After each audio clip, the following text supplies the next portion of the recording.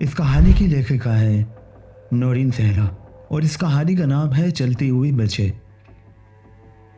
یہ واقعہ میرے ایک واقف کار نے مجھے بتایا۔ چلیے انہی کی زبانی بیان کر رہی ہوں۔ ان صاحب کو ایک دن میں نے کوئی سچی آپ بیتی سنانے کے لیے کہا تو انہوں نے یہ واقعہ سنایا۔ ان کی عمر اس وقت 80 سال کے نزدیک تھی۔ یہ ان دنوں کی بات ہے جب میں فوج میں شامل تھا۔ پاکستان کے قیام میں آنے کے بعد میری پوسٹنگ مانسہرہ کے ایک علاقے میں ہو گئی۔ اس علاقے میں زیادہ تر جنگلات اور پہاڑی علاقے تھے۔ اس علاقے میں میرا زیادہ دل نہیں لگتا تھا، اس لیے میں ڈیوٹی کے بعد علاقے میں ادھر ادھر گھومتا رہتا تھا۔ کبھی کبھی جنگلات کی طرف نکل جاتا، پھر بھی اداسی کم نہ ہوتی۔ میں اپنی ماں کی اکلوتی اولاد تھا، جبکہ میرے والد کا انتقال اس وقت ہوا جب میری عمر صرف 8 ماہ تھی۔ میرے ابا جی ایک کسان تھے۔ ان کی چھوٹی سی زمین تھی، لیکن اماں جان نے گائے بھینس اور بکریاں بھی پال رکھی تھی، اس لیے اچھا گزارا ہو جاتا تھا۔ ایک رات ابا جان کھیتوں میں پانی لگانے کے لیے گئے تو ان کو وہاں سانپ نے ڈس لیا۔ گھر آنے تک ان کی حالت خراب ہو گئی اور دوپہر تک وہ حکیم صاحب کے علاج اور سانپ کے کاٹے کے دم و درود کے باوجود مجھے اور اماں کو اکیلے چھوڑ کر چلے گئے۔ اماں پر تو دکھ کا پہاڑ ٹوٹ پڑا۔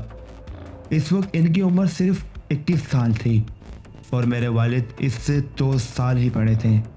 اس زمانے میں ویسے بھی شادیاں بہت کم عمر میں کر دی جاتی تھی، اسی لیے اماں بھی بہت کم عمر میں بیاتی گئی اور کم عمری میں ہی بیوہ بھی ہو گئی۔ کم عمر تو وہ تھی ہی، اس پر بے پناہ حسین بھی تھی۔ میٹے میں ماں باپ اللہ تعالیٰ کو پیارے ہو گئے تھے اور صرف ان کی بڑی بہن ہی تھی جن کی شادی ہو چکی تھی اور ان کے 2 بڑے بیٹے تھے۔ اس مصیبت میں خالہ نے کسی حد تک ہمارا خیال تو رکھا، لیکن پھر اماں نے خود ہی کمر کس لی۔ ان کے حسن و کم عمری کے سبب ان کے لیے کئی رشتے آئے، لیکن انہوں نے صرف میری خاطر اور ابا جان کی محبت میں دوسری شادی کے بارے میں سوچا بھی نہیں۔ یوں وقت گزرتا گیا اور میں نے گاؤں کے اسکول سے میٹرک کا امتحان پاس کر لیا اور ایک دوست کی مدد سے فوج میں شمولیت اختیار کر لی، جبکہ میری اماں چاہتی تھی کہ میں اپنی زمین سنبھالوں۔ لیکن فوج میں شامل ہونا میرا شوق تھا اور بانو کو حاصل کرنا میرا جنون۔ بانو میری اکلوتی خالہ کی بیٹی تھی۔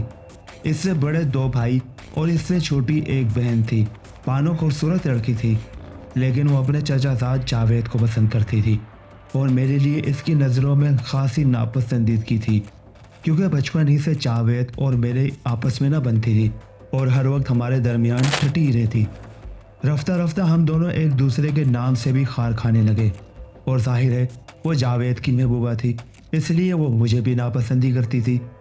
لیکن مجھے تو اس سے زیادہ اس دنیا میں کوئی نہیں اچھا لگتا تھا اور فوج میں شمولیت اختیار کرنے کا میرا ایک طرح سے یہ بھی مقصد تھا کہ جب وہ مجھے پسند ہی نہیں کرتی تو میں اس سے دور ہی ہو جاؤں، کیونکہ جب میں اس کو دیکھوں گا اپنی نارسائی کا دکھ اور بھی ہوگا۔ لیکن یہاں بھی آ کر اس کی یادیں ٹھیس بن کر کبھی کبھی میرے دل میں جاگ اٹھتی تھی، اسی لیے گھر بھی کم ہی جاتا، لیکن پیسے باقاعدگی سے اماں کو بھیجتا تھا۔ یہاں پر بھی جب اس کی یاد ستاتی تو ڈیوٹی سے فارغ ہو کر جنگل میں نکل جاتا۔ کبھی کبھی میرے پاس بسکٹ کے پیکٹ اور پانی کی بوتل بھی ہوتی تو میں کافی وقت جنگل میں ہی گزار دیتا۔ ایک دن ایسے ہی جنگل میں گھوم رہا تھا کہ ایک جگہ ایک ہندو سادھو قسم کا شخص مجھے نظر آیا۔ وہ اس سردی کے موسم میں بھی گھٹنوں تک آتی ہوئی ایک دھوتی لپیٹ کر ایک پہاڑی سے ٹیک لگائے بیٹھا تھا۔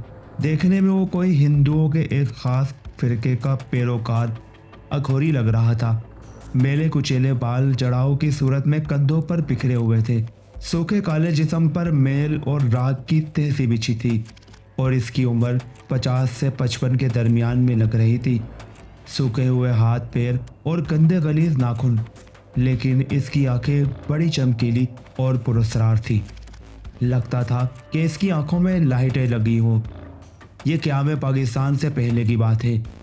اس وقت اس طرح کے سادھو قسم کے لوگ اکثر و بیشتر پہاڑوں، جنگلوں اور ویرانوں میں نظر آتے رہتے تھے، کیونکہ ابھی خطہ مخصوص مذاہب کے لوگوں کے لیے مختص نہیں ہوا تھا۔ میں نے اس کو ایک بسکٹ کا پیکٹ بھی دیا اور پانی بھی دیا، حالانکہ وہ مجھے منع کرتا رہا، لیکن میں نے زبردستی اس کو یہ چیزیں کھلا دی۔ یہیں سے میری اور اس کی دوستی کا آغاز ہوا۔ اس شخص کا نام ناتھ تھا اور وہ کچھ عرصے کے لیے جنگلوں میں چاپ اور تپسیا کرنے آیا تھا۔ اب اس کے جنگل میں بس 10 دن رہ گئے تھے، پھر اس نے واپس وہیں لوٹ جانا تھا جہاں اس جیسے کئی اگھوری ایک خاندان کی طرح رہتے تھے۔ بنارس کا شمشان گھاٹ ان کا گھر تھا۔ نہ جانے کیوں مجھے اس اگھوری سے دلی لگاؤ سا ہو گیا تھا۔ اپنی واضح و قطع کے برعکس وہ خاصا نرم دل اور بے ضرر سا انسان لگتا تھا۔ اب روز ہی میں وہاں جانے لگا۔ اکثر کچھ کھانے پینے کی اشیاء بھی اس کے لیے لے جاتا۔ وہ اکثر عجیب و غریب قسم کی پوزیشن میں کوئی منتر منہ میں بڑبڑاتا رہتا۔ کبھی وہ ایک بازو زمین پر ٹکا کر اپنا باقی جسم ہوا میں معلق کرتا تو کبھی سر کے بل الٹا زمین پر کھڑا ہو کر چاپ کرتا تھا۔ جب میں وہاں جاتا تو وہ میرے ساتھ باتیں بھی کرتا۔ اس نے بتایا کہ بہت سال پہلے وہ ہریانہ میں ایک کریانہ کی دکان چلاتا تھا۔ وہ اور اس کی بیوی بہت محبت سے رہتے تھے، لیکن ان کی اولاد نہیں تھی۔ اس کی بیوی بچوں کے لیے پاگل تھی۔ اس نے دن رات مندروں میں ماتھا رگڑا تو شادی کے 12ویں سال ان کو اولاد کی امید ہوئی، لیکن جب وہ بچہ پیدا ہونے لگا تو اس کی بیوی بھگوان کو پیاری ہو گئی۔ وہ بچہ جس کے لیے اس نے کیا کیا جتن نہیں کیے تھے پیدا ہی نہ ہو سکا اور اس کو بھی دنیا سے لے گیا۔ اس بات سے اس کا دل ایسے اچاٹ ہوا کہ اس نے دکان مکان بیچ دیا اور خود انجانی راہوں پر در در کی ٹھوکریں کھانے لگا اور پھر پھرا کر اگھوریوں کے گروہ میں شامل ہو گیا۔ اس طرح تم تک پہنچ گیا۔ مجھے اس کی ذات میں اور بھی زیادہ دلچسپی پیدا ہو گئی تھی۔ اس کا اور میرا دکھ ایک جیسا ہی لگتا تھا۔ وہ بھی ایک عورت اور میں بھی ایک عورت کی خاطر تربدل ہو گئے تھے۔ پھر اس کا جانے کا وقت آ گیا۔ وہ اور میں بہت اداس تھے۔ میں نے اس سے خط و کتابت کے لیے پتہ پوچھا تو وہ ہنسنے لگا اور کہنے لگا کہ جیسے تمہارے دھرم میں درویشوں کا کوئی ٹھکانہ نہیں ہوتا، ایسے ہی ہم اگھوریوں کا بھی کوئی دیس کوئی وطن نہیں ہوتا۔ تو آخر تم کس پتے پر چٹھی لکھو گے؟ پر جاتے جاتے کہنے لگا کہ اے بالک، تو نے میری بڑی خدمت کی ہے، بول کہ تجھے کیا چاہیے۔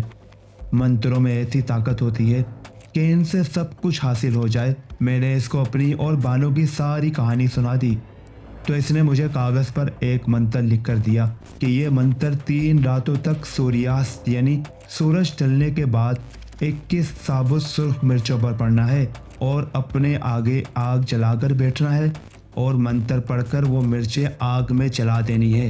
لیکن اے بالک، یاد رکھنا 3 دن سے زیادہ نہیں۔ یہ کہہ کر وہ رخصت ہو گیا۔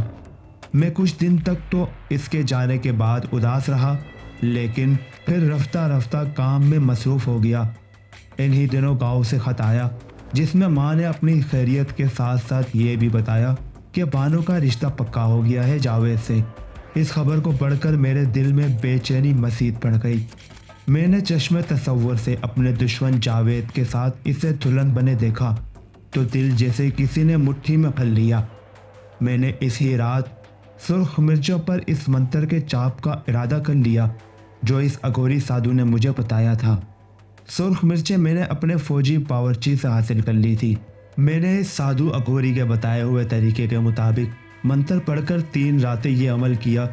پھر تیسری رات میرے دل میں یہ خیال آیا کہ یہ بات تو میں نے اس اگھوری سے پوچھی ہی نہیں کہ اگر لڑکی کسی لڑکے سے محبت ہی نہیں کرتی ہو تو اس کو اپنا بنانے کے لیے 3 راتیں، اور اگر لڑکی سخت نفرت کرتی ہو تو پھر کتنے دن عمل کرنا چاہیے۔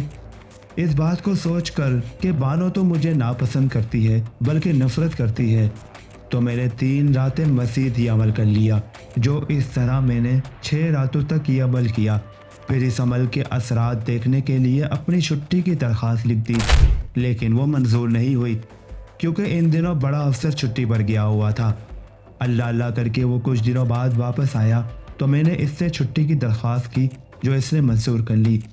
اگلے دن میں گاؤں جانے کے لیے سامان باندھ ہی رہا تھا کہ گاؤں سے تار ملا کہ بانو اللہ تعالیٰ کو پیاری ہو گئی ہے۔ بھاگم بھاگ گاؤں پہنچا۔ بانو کے گھر والے اس کی اچانک موت پر بہت صدمے میں تھے۔ میری اماں بھی بہت رو رہی تھی اور میرے دل کی بھی بہت حالت خراب تھی۔ جب رات ہم گھر آئے تو میں نے اماں سے اس کی موت کی وجہ پوچھی تو اماں نے عجیب بات بتائی۔ انہوں نے بتایا کہ اپنی موت سے کچھ دن پہلے بانو بہت عجیب سی باتیں کرنے لگی تھی۔ وہ بار بار ہمارے گھر آتی اور مجھ سے پوچھتی کہ خالہ تیرا بیٹا کب واپس آئے گا؟ آخر فوج والے اس کو چھٹی کیوں نہیں دیتے؟ وہ بڑی بے چین لگتی تھی۔ تیری تصویر کے سامنے بار بار جا کر کھڑی ہو جاتی تھی۔ پھر وہ بیمار پڑ گئی۔ کسی دوا کسی دم و دروس سے اس کو آرام نہ آیا، بستر پر تڑپتی تھی، جسم میں آگ سی لگ جاتی تھی۔ پھر آخری دن جب اس کی موت ہوئی تو نہ جانے اس کی سانسوں سے جلتی ہوئی مرچوں کی بو آتی رہی۔ پھر اکھڑی اکھڑی سانسوں میں اس کو خون کی الٹی ہوئی تو اس الٹی میں جلی ہوئی مرچوں کا ڈھیر تھا۔